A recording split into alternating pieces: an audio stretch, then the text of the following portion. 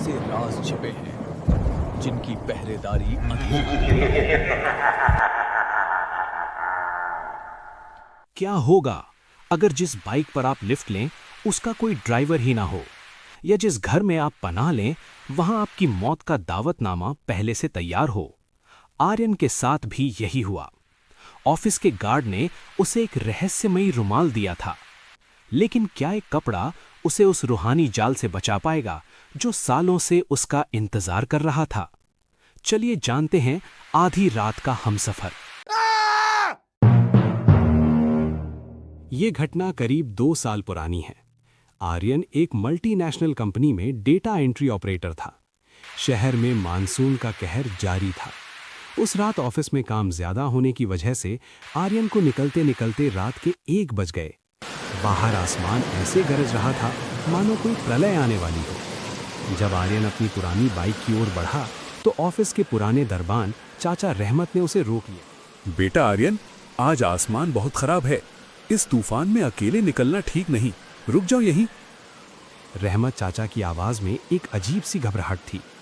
आर्यन ने हंसकर कहा, अरे चाचा, मैं इन पुरानी बातों पर यकीन नहीं करता। घर पर माँ इंतजार कर रही होगी। रहमत चाचा ने कांपते हाथों से अपनी जेब से एक पीला कपड़ा रुमाल निकाला जिसमें कुछ बंधा हुआ था। ठीक है बेटा, पर ये ताबीज नुमा रुमाल अपनी जेब में रख लो।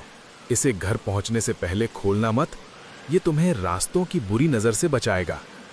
आर्यन ने उनका मन रखने के लिए वो रुमाल जेब में डाल लिया और अपनी बाइक स्टार्ट कर दी। बारिश इतनी तेज थी कि सामने का रास्ता दिखना बंद हो गया। आर्यन ने सोचा कि मुख्य सड़क से जाने में देरी होगी, इसलिए उसने खंडहर वाली गली से शॉर्टकट लेने का फैसला किया। उस रास्ते पर बरसों से कोई नहीं जाता था। चलते चलते अचानक आर्यन की बाइक बंद हो गई। उसने बहुत कोशिश की पर इंजन स्टार्ट नहीं हुआ। घने जंगल और झाड़ियों के बीच वो अकेला फंस गया था। तभी उसे सड़क के किनारे एक पुरानी लाल बत्ती वाली हवेली दिखाई दी। उसे लगा शायद वहां कोई मैकेनिक या मदद मिल जाए। जैसे ही आर्यन हवेली के बरामदे में पहुंचा, उसे लगा कोई इसका पीछा कर रहा है। तभी हवेली का भारी दरवाजा अपने आप खुला और एक अजीब सा लंबा आदमी लालटेन लेके बाहर आया। अंदर आ जाओ मुसाफिर, बाहर मौत नाच रही है। उस आदमी की आवाज किसी सूखी लकड़ी के टूटने जैसी थी। आर्यन हिचकिचाते हुए अंदर गया। अंदर का माहौल और भी डरावना था। दीवारों पर धूल जमी थी और पुरानी तस्वीरें ऐसी लग रही थीं जैसे आर्यन को देख रही हों। अचानक ऊपर की सीढ़ियों से एक औरत उतरी जिसने पुराने जमाने का लिबास पहना था। उसने आर्यन को देखते ही कहा, तुम आ गए। मैंने तुम्हारे लिए 7 जन्मों का खाना बनाकर रखा है। आज तुम कहीं नहीं जाओगे। आर्यन का गला सूख गया। आप कौन हैं? मैं आपको नहीं जानता। तभी वो आदमी और औरत धीरे धीरे बदलने लगे। उनकी त्वचा गलने लगी और आंखें अंगारों जैसी लाल हो गईं। वो औरत हवा में उल्टी लटक गई और चीखने लगी, तुम हमारे हो, अब तुम इसी हवेली की मिट्टी बन जाओगे। आर्यन घबरा कर पीछे हटा। तभी उसका हाथ अपनी जेब में रखे उस पीले रुमाल कर पड़ा।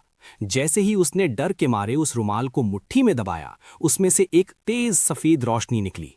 वो रोशनी इतनी शक्तिशाली थी कि वो दोनों साए भूत दर्द से चिल्लाने लगे और धुएं में बदलने लगे। आर्यन को अचानक चक्कर आया और उसकी आंखों के सामने अंधेरा छा गया।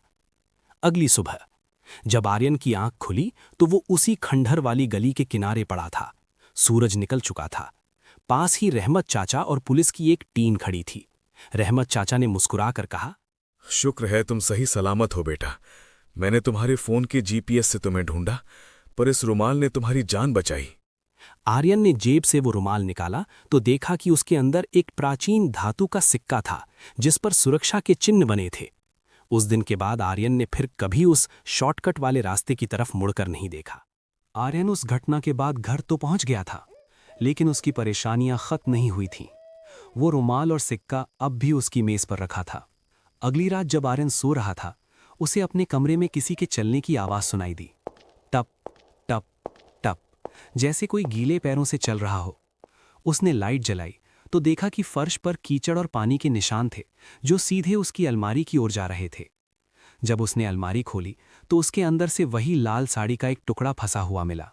अगले दिन जब आर्यन ऑफिस पहुंचा तो वो रहमत चचा का शुक्रिया अदा करना चाहता था, लेकिन वहां उसे एक चौंकाने वाली खबर मिली। मैनेजर ने बताया, रहमत चचा? भाई उनकी तो 3 दिन पहले ही दिल का दौरा पड़ने से मौत हो गई थी। आर्यन के पैरों तले जमीन खिसक गई। अगर चाचा मर चुके थे तो परसों रात उसे रुमाल किसने दिया था और कल सुबह उसे सड़क किनारे किसने ढूंढा था? आर्यन भागकर उसी खंडहर वाली गली में गया।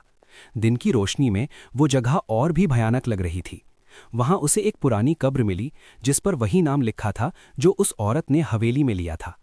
उसे समझ आया कि वो कोई मामूली भूत नहीं बल्कि एक मखलूक थी जो हर 20 साल बाद अपनी बलि मांगती है। आर्यन ने जब उस सिक्के को ध्यान से देखा तो उस पर एक तारीख लिखी थी, वही तारीख जिस दिन वो पैदा हुआ था। उसे एहसास हुआ कि रहमत चाचा ने अपनी रूह को दांव पर लगाकर आर्यन को बचाया था, क्योंकि चाचा का परिवार भी उसी हवेली का शिकार हुआ था।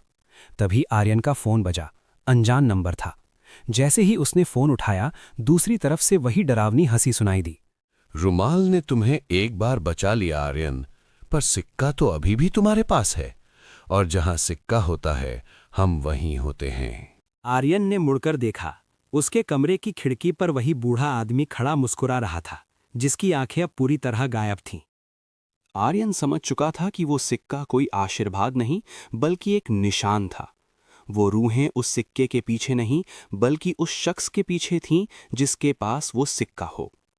रहमत चाचा ने अपनी मौत के बाद भी आर्यन को बचाने की कोशिश की थी, लेकिन वो शैतानी ताकत अब आर्यन के घर के अंदर दाखिल हो चुकी थी। आर्यन पागलों की तरह रहमत चाचा के पुराने सामान को खोजने उनके खाली क्वार्टर में पहुंचा। वहां उसे एक फटी हुई डायरी मिली। उसमें लिखा था, ये मखलूक जिसे चुन लेती है उसे खींचकर पाताल में ले जाती है। इसे रोकने का सिर्फ एक ही रास्ता है, सिक्के को उसी की राख में दफन करना होगा जहां उसका जिस्म जलाया गया था। आर्यन भारी बारिश में उसी खंडहर वाली हवेली के पीछे बने पुराने शमशान की ओर भागा। उसके पीछे पीछे हवा में तैरती हुई वो लाल साड़ी वाली औरत और वो बूढ़ा आदमी आ रहे थे। उनकी चीखें बादलों की गरज से भी तेज थीं। आर्यन जैसे ही उस जगह पहुंचा जहां सालों पहले उस औरत को जलाया गया था, जमीन फटने लगी। उस औरत ने आर्यन का गला हवा में ही दबोच लिया। उसकी ठंडी गल चुकी उंगलियां आर्यन की सांसें रोक रही थीं। तुमने सोचा था तुम बच जाओगे? ये सिक्का तुम्हारी चाबी है, हमारी दुनिया की चाबी। आर्यन की आंखों के सामने अंधेरा छाने लगा। तभी उसे रहमत चाचा की आखिरी बात याद आई, हिम्मत मत हारना बेटा। आर्यन ने अपनी पूरी ताकत लगाई और अपनी जेब से वो पीला रुमाल निकाला। उसने सिक्के को रुमाल में लपेटा और पास पड़ी जलती हुई एक पुरानी लकड़ी जो बिजली गिरने से सुलग रही थी से सिक्के को छू दिया। जैसे ही आग और उस प्राचीन धातु का मिलन हुआ, एक जोरदार धमाका हुआ। एक नीली रोशनी पूरे जंगल में फैल गई। वो बूढ़ा और वो औरत चीखते हुए धुएं में विलीन हो गए। आर्यन जमीन पर गिर पड़ा। सन्नाटा छा गया। बारिश अचानक रुक गई। अगली सुबह आर्यन अपने बिस्तर पर जागा। उसे लगा शायद ये सब एक बुरा सपना था। वो उठकर शीशे के सामने गया। उसने राहत की सांस ली, पर जैसे ही उसकी नज़र नीचे मेज पर पड़ी, उसके रोंगटे खड़े हो गए। वहां सिक्का नहीं था, लेकिन वहां पीला रुमाल रखा था। उसने रुमाल उठाया तो उसके अंदर एक छोटा सा नोट लिखा था, बेटा आर्यन, तुमने उन्हें तो भगा दिया, पर सिक्के की कीमत चुकानी पड़ती है। अब तुम इस सिक्के के नए रखवाले हो। जब तक तुम किसी और को ये सिक्का नहीं दोगे, ये रूहें तुम्हारे साए में रहेंगी। आर्यन में घबराकर शीशे में देखा। शीशे में उसकी परछाई के पीछे वही बूढ़ा आदमी खड़ा था जो आर्यन के कान में धीरे से फुसफुसाया, अब हमारी बारी है। आर्यन की चीख कमरे में गूंज उठी, पर बाहर किसी को कुछ सुनाई नहीं दिया। आर्यन की चीख कमरे की दीवारों में ही दबकर रह गई। उसे समझ आ गया कि वो उन रूहों से जीता नहीं है, बल्कि उसने अनजाने में उनके साथ एक खूनी समझौता कर लिया है। अब वो आज़ाद नहीं था, वो उस सिक्के का गुलाम बन चुका था। अब आर्यन जहां भी जाता उसे अकेलापन महसूस नहीं होता। ऑफिस की लिफ्ट हो या घर का बाथरूम, शीशे में उसे अपनी परछाई के साथ वो बूढ़ा आदमी और लाल साड़ी वाली औरत साफ नजर आते। वे उसे नुकसान नहीं पहुंचाते थे, बस उसके पीछे खड़े होकर उसे घूरते रहते। आर्यन का वजन गिरने लगा और उसकी आंखों के नीचे काले घेरे आ गए। एक रात आर्यन को सपने में रहमत चाचा दिखे। उनका चेहरा उदास था। उन्होंने कहा, बेटा, वो सिक्का एक कर्ज है। जब तक वो तुम्हारे पास है, तुम जीवित होकर भी लाश हो। इसे किसी ऐसे इंसान को देना होगा जो लालची हो। वरना ये तुम्हारी जान लेकर ही दम लेगा। आर्यन का ज़मीर उसे किसी निर्दोष को फंसाने की इजाज़त नहीं दे रहा था। उसने एक खतरनाक फैसला लिया। वो उसी पुरानी हवेली पर वापस गया।